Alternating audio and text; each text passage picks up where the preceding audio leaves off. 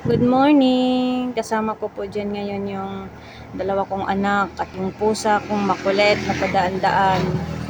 Tamang display lang po tayo dyan.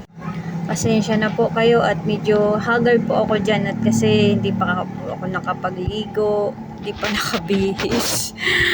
Kasi mas inuna ko yung ano ng tindahan kaysa sarili ko.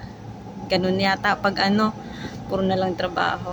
Tapos, may nagpakayod sa akin ng niyog kaya ayan, atin lahat gawain kasi ayaw ko nga magkayod yung anak ko, baka yung kamay niya masugat, kaya natatakot talaga ako noon. Malapit na rin ako matapos dyan kasi konti lang naman ang nagpakayod. Ayan, tapos na. Tapos dyan naman nagre-repack po ako ng tigli-5 paminta kasi po ubos na yung nire-repack ko. Hanggang dito na lang. Thank you po. Salamat.